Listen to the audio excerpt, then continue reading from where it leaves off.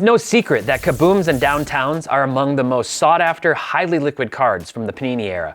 But will that be the same 10 or 20 years from now?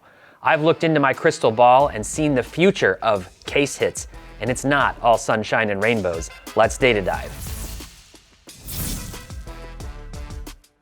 Hey everyone, welcome back to another Market Movers video. My name is Tyler Nethercott, better known as Teapot, and it is officially happening. The Topps era begins now for basketball and for football. Well, sort of. We've got basketball happening within the next few weeks. We've got flagship basketball coming out for the first time in 16 years, and then next spring, they take over the licenses for football. And so today, I actually want to look back at the Panini era. I want to do a little bit of reflecting. I want to give them their flowers for what they did well. I want to talk about which sets might have staying power, which ones might rise over time, and which ones might dwindle. So we're going to go through that. I've got a lot of data, a lot of detail, but before I do that, I want to let you know that we are hiring. I'm hiring for my team here at Sports Card Investor. For the Market Movers team, we have a senior UI UX product designer role that's open. The job application details here, we're going to put it up on the screen, and we will link to this job application down below. We are looking for somebody with strong UX experience, ideally somebody who's got good mobile app development experience, and the full details are in the position profile. So click the link down below if that sounds like something that you might be interested in, or if you know somebody who might be interested. We'd love to have somebody who knows this hobby, who knows our industry, to come and join our team and help us continue to build world-class products for all of you and so many others. All right, let's go ahead and get into this video. And I want to start out talking about case hits and case hit psychology. Now, Panini, they've left a real legacy on the sports card hobby. Prism will be remembered forever as the definitive chromium product of this era. And RPAs really took a stronghold with the hobby under Panini as they continued what Upper Deck had started there back in the late 90s and into the 2000s. But case hits, described as such, were really kind of a new thing by Panini and arguably the most noteworthy. I really have to give Panini some credit for some amazing designs on a lot of these cards. There's plenty that Panini has done over the years that I've been pretty vocally frustrated with, but they have created some inserts that won't soon be forgotten. And the insert game is really where Panini just has absolutely dominated Topps. And Topps really doesn't have a ton of inserts even going back to the 90s. They were known for their refractor technology that they pioneered and have kept going ever since then. They've done a lot of cool stuff now with game-used relics and products like Dynasty and other things. But the insert game is one where Panini has really shined. Now, the double-edged sword of case hits is that they're not serial numbered. So we never actually know how many of them there are, which seems counterintuitive because you'd think that would scare people since they don't know how many they are, like we do with specific serial numbered cards. But there are so many different serial numbered cards and so many parallels of those same cards that I think people gravitate into the void of the unknown and ambiguous case hits because they think it's somewhat safer and perhaps somewhat cooler. The designs, like I said, really stand out. Now, my opinion is that because there's so much variety right now in the hobby, so much change happening from year to year, even in known things, that people fixate on what they do know and what is very consistent from year to year. They try to have some predictability and some consistency. But there's a big problem, and that's that the case hit situation isn't actually consistent. Sure, there are Kabooms, there are Downtowns and other case hits year over year, so that's consistent for the most part, but the number of copies of this cards is anything but consistent. The term case hit has somehow mystically become synonymous with rare, even when the number of cases differs drastically from one set to another or from one year to the next. So I'm going to start out and we're going to look at some data, and I'm going to start out by giving a shout out to our guy Ryan at GemRate.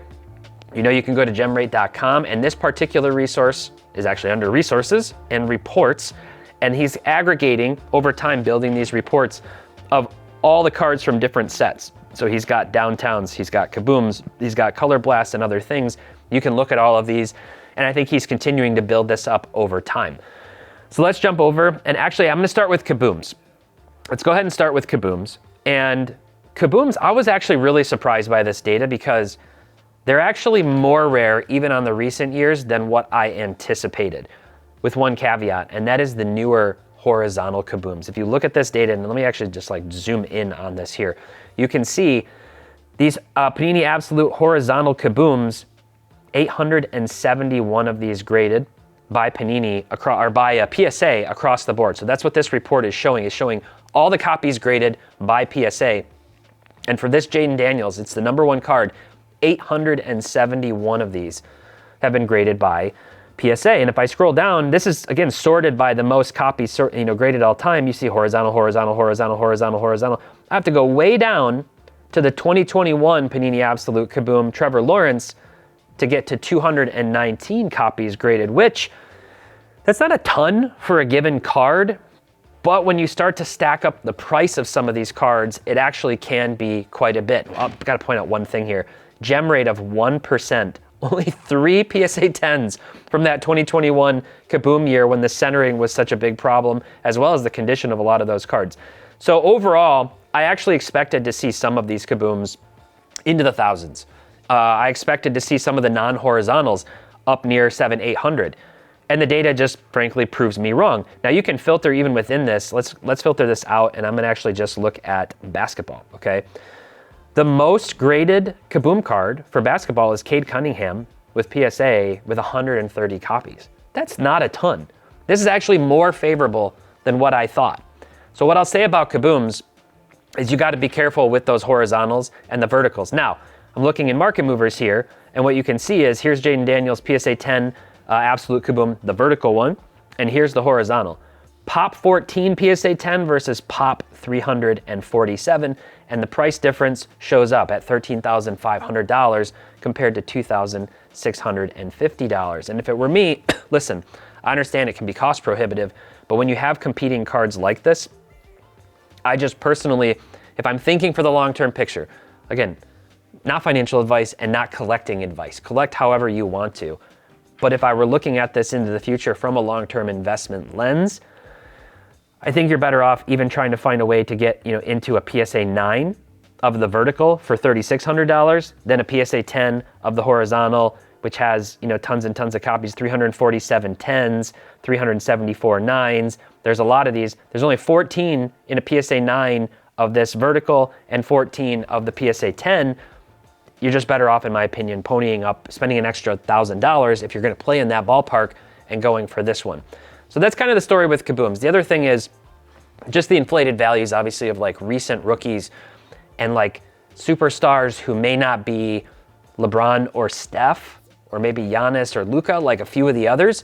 When you start going down a tier, maybe you start getting into the Ja Morants or the Zion Williamsons or other things, non-rookie versions of those cards, they're super inflated right now, and personally, I don't see them holding up over time because I don't think they're unique enough, and you have them year over year over year over year. So that's kind of the situation with Kabooms. Today's Market Movers video is sponsored by Whatnot. Whatnot has live auctions of all kinds of sports and trading cards every day and night, starting at just $1 for packs, boxes, breaks, singles, and more. It's a ton of fun, and if you scan the QR code on your screen or use the special link in our show description below, you'll get $15 in free credit when you sign up for Whatnot. Let's talk about downtowns. And this actually also completely shocked me, like really completely shocked me. So this is the downtowns from year over year, and this is the Panini Studio. These were actually called From Downtown in 2016 Studio Basketball. This was the first year of downtowns in any product for any sport, 2016 Studio. So imagine my surprise to see that the most graded downtown of any year from basketball is 2016 across the board, and there were 113 of Devin Booker's downtowns from that year graded. Kobe Bryant's second with 100 copies. Pretty strong gem rate, by the way, too, on these, 80+%. So if you find those raw, definitely in the wild, consider sending them PSA as long as they look good to you. I thought these numbers would be so much higher. I didn't think the studio ones would be higher, but I thought that the recent years of downtowns would actually be much higher. And if you scroll down, it just really hasn't been the case. You got the Panini 1-in-1, Anthony Edwards at 71 copies. Not terrible at all. And if I go back here, let's look at this. Anthony Edwards 1-in-1 downtown. I'm gonna uncheck these Jaden Daniels.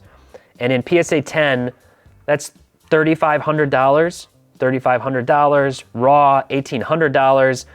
Doesn't seem terrible for that card at $3,500 when you compare that to the Jaden Daniels that we were just looking at, that in Kaboom, similar rarity, I think, on these in terms of like PSA 10 condition. So I thought there would be a lot more in here. I was getting ready to like lay into downtowns, and somehow my perception was skewed. And then I realized it's skewed because for whatever reason, Panini did something completely different with downtowns in football from basketball. They actually kept them rare in basketball, and they only put them into a few products every year. Whereas for football, I highlighted this at the beginning of this year when I was talking about my favorite and least favorite things from 2024 in the hobby. And one of my least favorite was what I said was ruining downtowns. Okay, you have Donruss downtowns, you have Optic downtowns, then you have Optic Black Pandoras, Optic Gold Vinyl, Optic White Sparkle, Donruss clearly Donruss. We had the oversized downtowns, and then again next to the regular downtowns. So they're putting downtowns into everything. And this is where it actually gets astounding, and where I thought the data for basketball would be closer to. This is the football for downtowns, and you can see, I'm just going to zoom out one here so you can see the gem rate, 2,185 Donruss Downtown Jaden Daniels cards graded, and only a 19% gem rate. So, you could argue that 424 PSA 10s makes those a little more rare and scarce over time, but this is just a lot of copies of those cards. As we scroll down, you can see it's definitely the Donruss ones from year over year. And then we get into 2021, Trevor Lawrence again, 690 out of Optic. You kind of keep scrolling down. So there are a lot of downtowns out there, and there's a lot of copies of the base versions. And then there are a lot of copies of the parallels as well. You get all these different parallels. So at least Kabooms have like the Kabooms, the gold Kabooms, and the green 1 of 1. Gold to 10, green 1 of 1. That's it. That's it when it comes to the Kabooms. But in downtowns, you have multiple parallels. You have it coming out of different products. And this is only for football. I think it's really dangerous, honestly, to look at these. Now, here's some sample of Jaden Daniels. And you can see this is the number of sales. So not the price, but this is how many of these have sold in the last 365 days for each of these. And I've got the oversized downtown here. That has sold over 1,600 copies, which is why raw condition, it's only $74, $74.38. Now, if we get into the Donruss, regular Donruss, 815 of these have sold in the last year. Those are selling for $820 raw, $820 raw. So, imagine, I'll show you in a second what these look like in PSA 10 condition. Then we've got his Optic downtowns, 132 of these sold raw, $959. So I'm gonna come back over here and let's show you the prices. Why would you pay $820 for a raw version of this card from Donruss versus $959 for the Optic version that is obviously significantly more rare? And I'll tell you why, because people don't have this data. It's not serial numbered. The card is not serial numbered. So thankfully, there's tools like GemRate and Market Movers that show you pop counts and sales volume over time so that you can extrapolate and understand rarity versus not. Now, I've got a few others on here that are a serial number. Well, first of all, here's the downtown clearly Donruss, and this one only sold 12 copies. Very rare and beautiful card, honestly. That one, $1,850. So you've got one that's 1,850 raw, of which only 12 have sold in the last year. Or somebody might buy 2 of these Donruss copies that are super ubiquitous, like literally everywhere, and it would be almost the same price as this, a little less than the same price as one of these super rare ones. And then you get into the dual downtowns. Now you got this Robert Griffin III, and there's only been 7 of those sales over the last year, and that one's at $3,050. These are horizontal. And then there's one with Terry McLaurin that is $910. There's been 151 of those. So the point being here, is that you want to have this data at your fingertips and you want to understand that. Now, if I pop this open, I'm actually going to switch. Let me go ahead and remove this dual. I'm going to remove the clearly. I'm going to remove the oversized. Let's remove that one. And then this one. And I'm actually going to switch this. So what's really cool, in Market Movers, you can just switch the grade right away. Okay, I'm going to switch the grade here. And then we're going to look at the price on these. And again, you got Pop 421 on the Donruss and Pop 220 on the Optic. They're pretty close in price, but overall the Optic's significantly lower print run overall. We can see that. Fewer graded, The gem rate being, terrible on the Donruss. Again, the PSA 10 might be a better value, or like a decent value overall. You got 721 of these in a 9. Just be careful of them. Not all downtowns are created equal. So one other thing I want to point out. This is the Lamar Jackson and Mark Andrews dual downtown, okay? They call them downtown duos. And there have been 158 of these that have sold in raw condition over the last year. It's Pop 113. I know that's kind of small to see. Pop 113 in PSA 10 condition, Pop 100 PSA 9 condition. Where else are you going to find a Lamar Jackson card, much less a Mark Andrews card, that is serial numbered to 500 or more? Like, there's got to be at least 500 copies of these total. I'm not saying they're all graded yet, but if you're seeing 158 sales in the last year of a raw copy and all these graded ones, where else can you find a serial numbered Lamar Jackson card numbered to 500 with lots of other variants and versions and other products that's selling for $915 in PSA 10 condition? If I find a Lamar Jackson, let's go to this. Let's do this. Let's go Prism Lamar Jackson, and I'm going to do minus 2018, and then let's do 299. There's got to be a 299 parallel, right? Here's his. That's a collegiate one. I don't want select. Let's just find a different one. There's got to be something. Maybe 199. Maybe there's not any serial numbered in football off the top of my head to 299. All right. The Deca Red. Now, there's a lot of parallels of these, but there's a lot of parallels of the downtowns and a lot of years of it. $8.50, numbered to $199. Like, I would expect that dual, knowing how many there are, like 500 of them, to be something more like those oversized, like $75 to $100. Not in a PSA 10, maybe. Not almost $1,000, maybe $200 in a PSA 10, raw like $75 to $100. So I see these numbers. When I go to card shows, it's like Groundhog Day. And I think that downtowns have been the ideal flipper card because there are enough of them to give people price confidence. They're literally selling at every table and every day. And that action in and of itself props up the value of these cards. But if you think that the Broccoli Hair Gang will still be flipping downtowns in 2045, I think you're actually mistaken. So downtowns, be careful.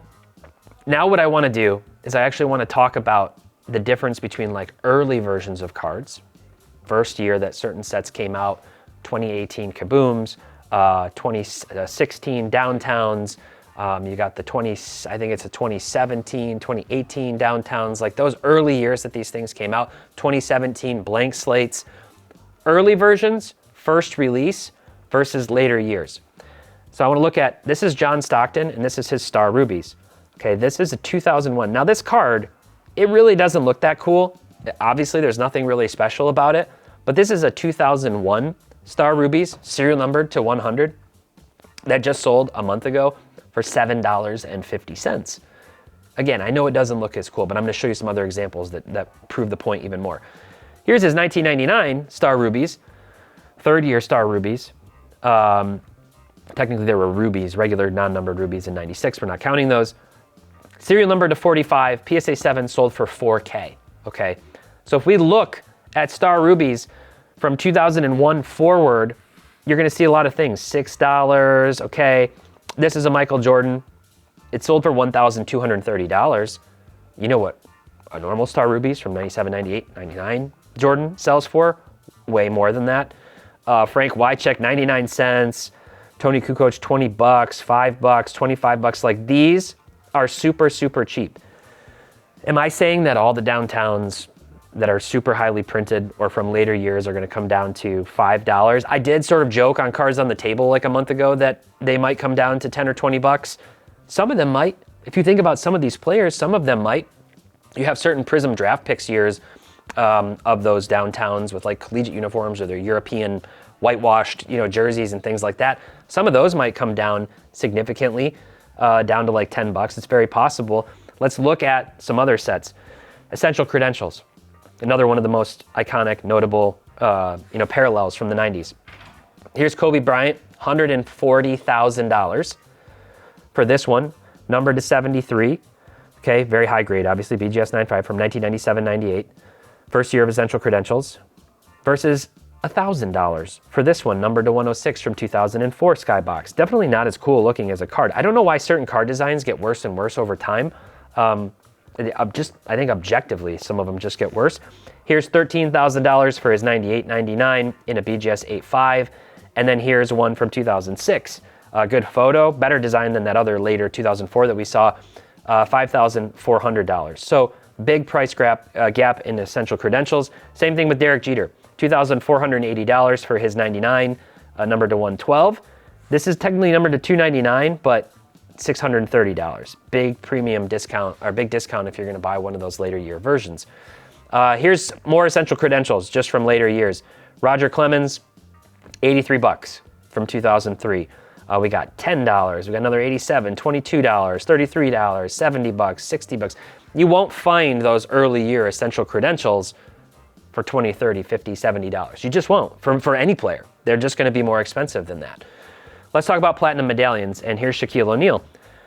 This is his 1998-99 Ultra Platinum Medallion, numbered to 99.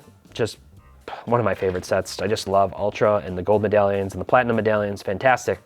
$1,582. Honestly, you could argue that card should be more. Here's a later year, not a bad photo, but not an Ultra set that people like as much, not as platinum-y on the design, $281 for that one. And you can see it like $154, $222 in a PSA 7. So those later years of Platinum Medallion also.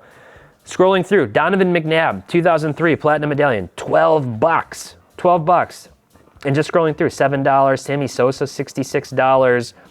Just kind of scrolling through. Chan-Ho Park, by the way, his market does very well. Sean Green, $550, and the list just goes on. You can keep scrolling down. Curtis Martin, $25, serial numbered to 50.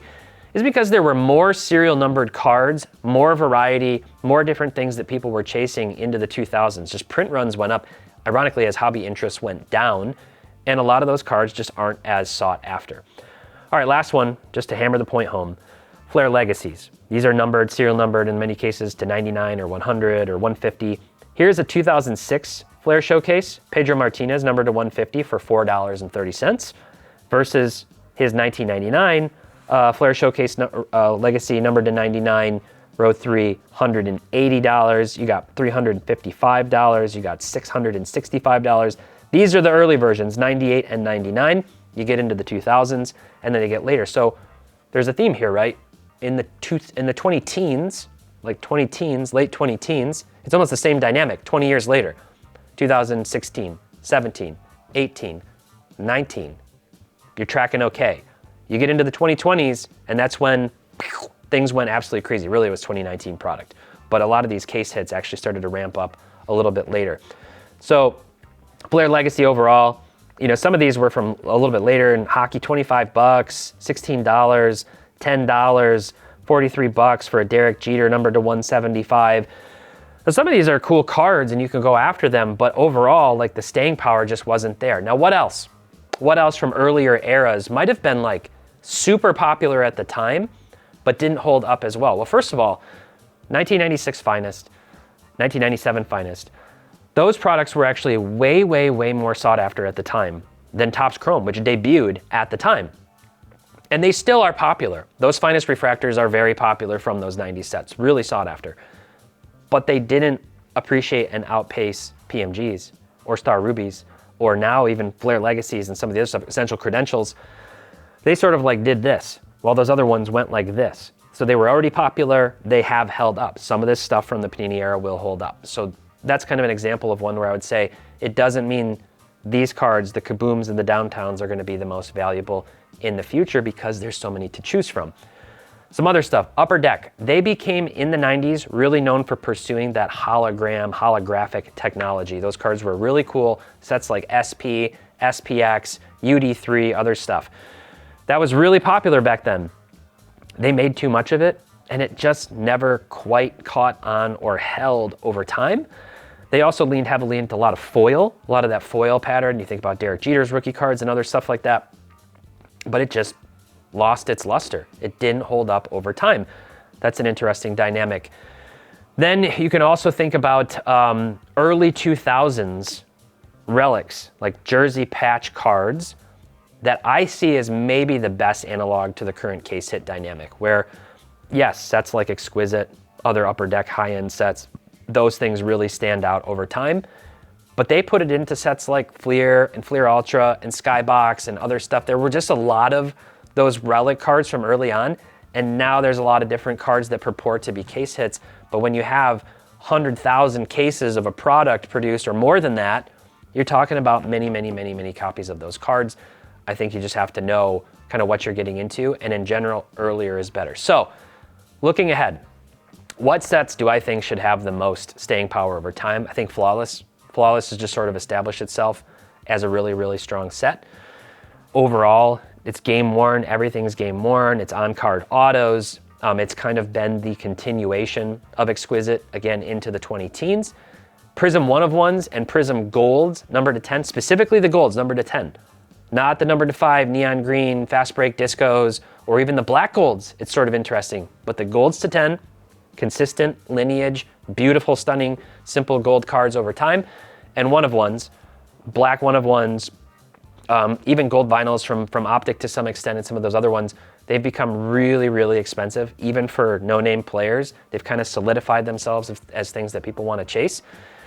Early year Kabooms and Downtowns, as well as later year serial numbered Kabooms and Downtowns. And in particular, I think the golds to 10 and down all the way to the 1-of-1s.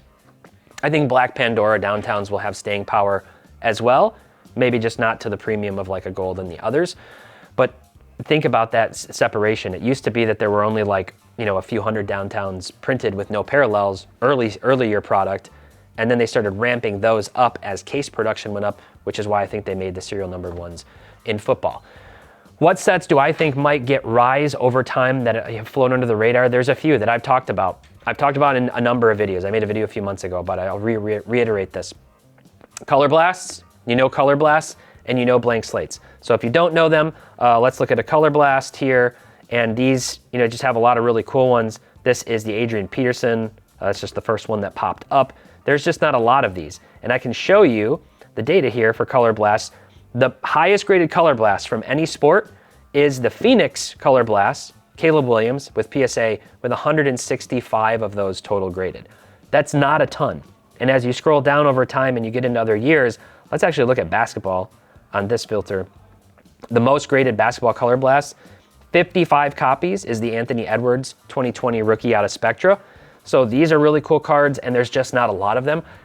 I like Color Blast better than both Kabooms and Downtowns. Downtowns actually pretty low on my list of desired sets, and I know a lot of people that feel that way. Again, I think the liquidity factor made them move specifically in the football market. The long-term staying power, I don't know how truly collectible those cards are over time outside of the parallels in the early versions. And then the other one that I want to look at is Blank Slates. And if I look at Blank Slates, some of these are really beautiful. I'm going to go to my guy Giannis because I know he's got a lot of really good ones. And I'll just look at raw. So this is one that I used to have. This is the first year Blank Slate 2017.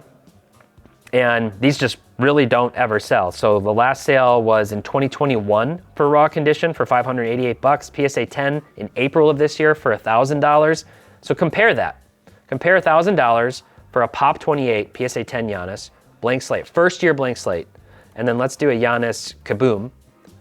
And let's do PSA 10. And it's $1,800. That's only Pop 7.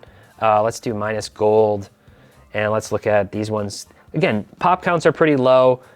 I think Blank Slates, really beautiful cards. Very simple design, elegant. Most people tell me how much they like these cards, so it's really confusing to me. I think it's because there's not a lot of them. They just don't surface. But when you get post-era, post-playing days, and post-manufacturer era into the future, where there's no more of this stuff being made, people start to discover those, and those are the types of cards that if they only surface every 1 to 2 to 5 years on one of the big auction houses, those are the ones that can go and spike to the moon when there's just not a lot of them out there. And this really surprised me. The highest graded Blank Slate card from basketball, well, there are football ones too, actually, 37 copies from Victor Wembanyama's rookie year, his 2023 Blank Slate. really, really crazy. Like that's the high, there's none that are graded higher than that. So these are elusive cards. They're super rare cards. I look for that stuff for the long term. Some of the other sets I think about, Court Kings, Auroras, Gallery of Stars, Cinque Pubelle, other case hits. Court Kings is kind of known for their case hits. Mosaic stained glass and micro mosaics. And then a couple of sets that are sneaky amazing. Really not the best value proposition to open the boxes, but like the secondary market cards, pretty cheap. I would say are Panini Noir and Panini Black. They have some really stunning cards with a strong cult following, like a underbelly of very, very dedicated collectors who love to chase those cards.